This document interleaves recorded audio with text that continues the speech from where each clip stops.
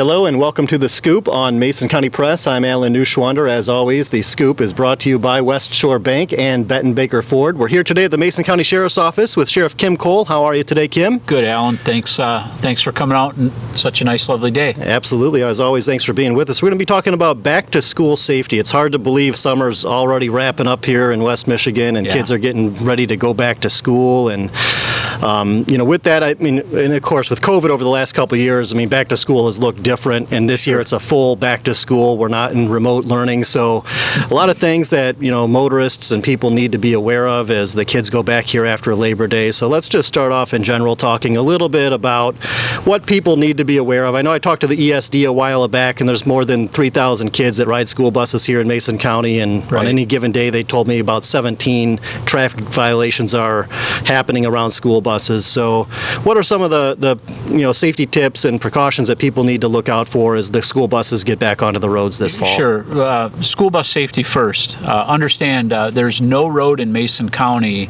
that allows you as a motorist, when approaching a school bus from front or rear, gives you the right to bypass that bus when the red lights are flashing. The only possible exception would be the freeway, but obviously the bus doesn't make any stops. So when we talk about stopping for the red flashing lights on the bus, please remember US 10 is not divided by a grass median strip or a concrete barrier wall. So traffic in both directions on US 10, the 5-lane portion of 10, you do have to stop in both directions. Even though the bus doesn't allow for children to cross the 5-lane highway, that kindergartner, that first graders work so hard for that piece of art painting to bring home to mom or dad, and if that blows out of their hand, they're probably going to chase it. So that's why the law says stop in both directions. So know the bus stops, start early, know where the bus stops are at, and folks, if you encounter a bus and the yellow flashers are on, anticipate the reds are coming on. That yellow and red lights on the bus are the same as a traffic light. When a traffic light turns yellow, you are to prepare yourself for stopping because a red light is coming. So the same concept with the school buses. When we talk about children on the bus, for example, first-year kids getting on the bus, and like you mentioned, COVID last year, a lot of kids didn't ride the bus. Moms and dads, help your kids at the bus stop for the first few times. Get them into a habit of going to the bus. Stay several feet back from the curb. Make sure your child makes eye contact with the bus driver and that the doors are open and the children are greeted onto the bus before they approach the bus. It's really quite simple things. Buses and transport are the most safest time for our most precious resources, our children, right? Buses and transport are the safest time for our kids. It's at the bus stops that pose the greatest challenge and most dangers for our children. And obviously your department takes it seriously. There are fines and tickets associated with people that do run through the flashing reds. Absolutely. We will have deputies following school buses intermittently throughout the entire school year, but at the very start of the school year, we want to make sure the public is aware that we're going to be out there. So we'll be following school buses when school starts and taking the proper enforcement action to make sure that the buses at the stops are being people are behaving the way they should be. And here, when kids go back to school, obviously a lot of parents do pick up and drop off too. What advice do you have for them as far as being patient? I know the lines get kind of long at some of the schools and back out into the city streets. Yeah, just moms and dads, again, remember, leave plenty of time to pick your son or daughter up at school. The lines do get long. It's been a long year, right? There's been a lot of frustrations on everybody.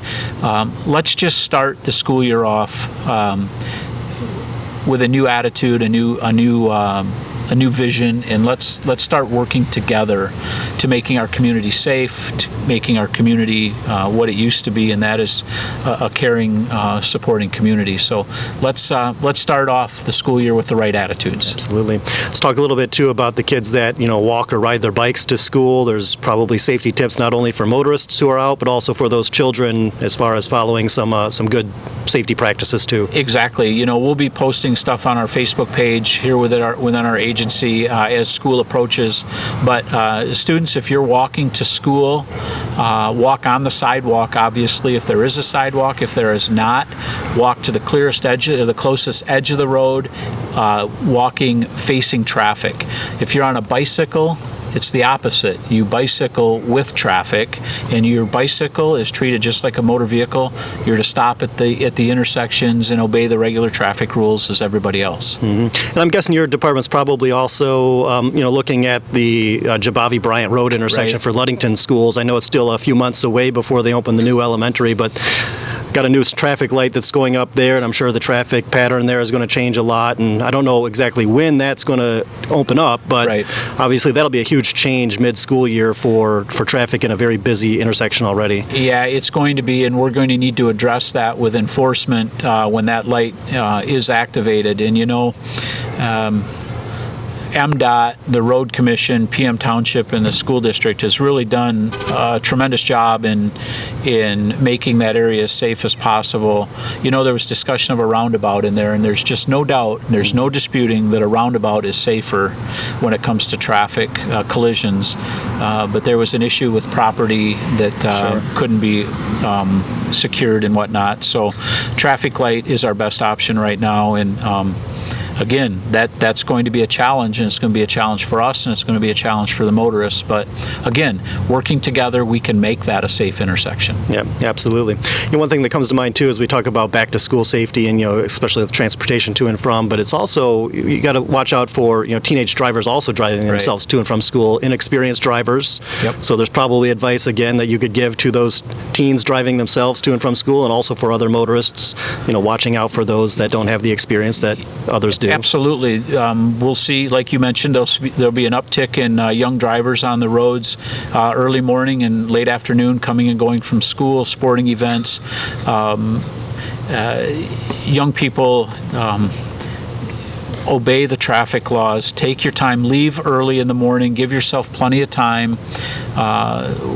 About the time the kids are getting into the routine of school and driving to school, we start seeing an increase in our deer accidents as well. Mm-hmm. So just be cognizant of what's on the road, the deer, the children walking, and our young people that are given the opportunity to drive.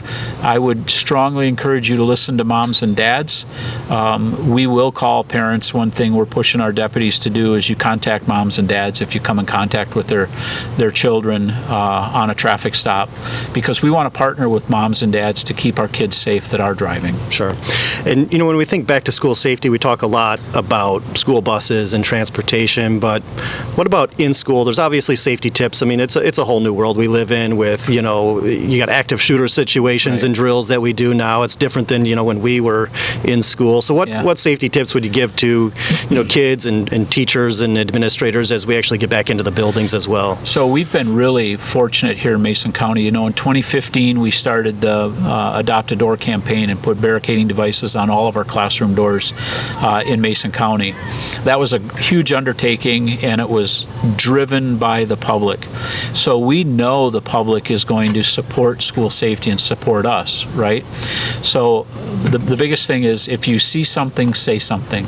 If you're a student and you see something, you see a fellow classmate that maybe is off, let your mom or dad know, or let someone at the school know, so that we can take the proper steps to make sure everybody's safe in the building. Oftentimes you hear, I saw something or I heard something, but I just didn't say anything. So if you see something, say something.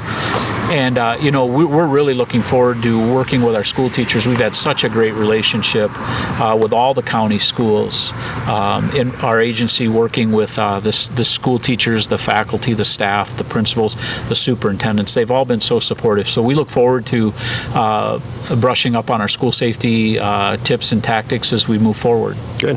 Anything else, Sheriff, that you want to add about school safety for this school year? No, we just, let's get back to school. Let's get kids in the education process and give the teachers a break. It's been a tough year for them too, right? And it seems like school teachers are getting kicked pretty hard in this day and age with the masks and all the regulations. It's not their fault. They're just following the orders. So just give our school teachers a break. Great, good. Well, Sheriff Cole, thanks for joining us today. And again, as always, thank you for what you and your department do for our community and to keep us safe and to keep the kids at school safe. As always, Alan, thank you for your support, and thanks to a great community for always sticking up for us. We appreciate that. All right, great, thanks. All right, thanks again to Sheriff Kim Cole here at the Mason County Sheriff's Office, and encouraging everybody to be safe as we go back to school this fall. Again, I'm Alan Neushwander for The Scoop on Mason County Press. As always, it's been brought to you today by West Shore Bank and Betten Baker Ford.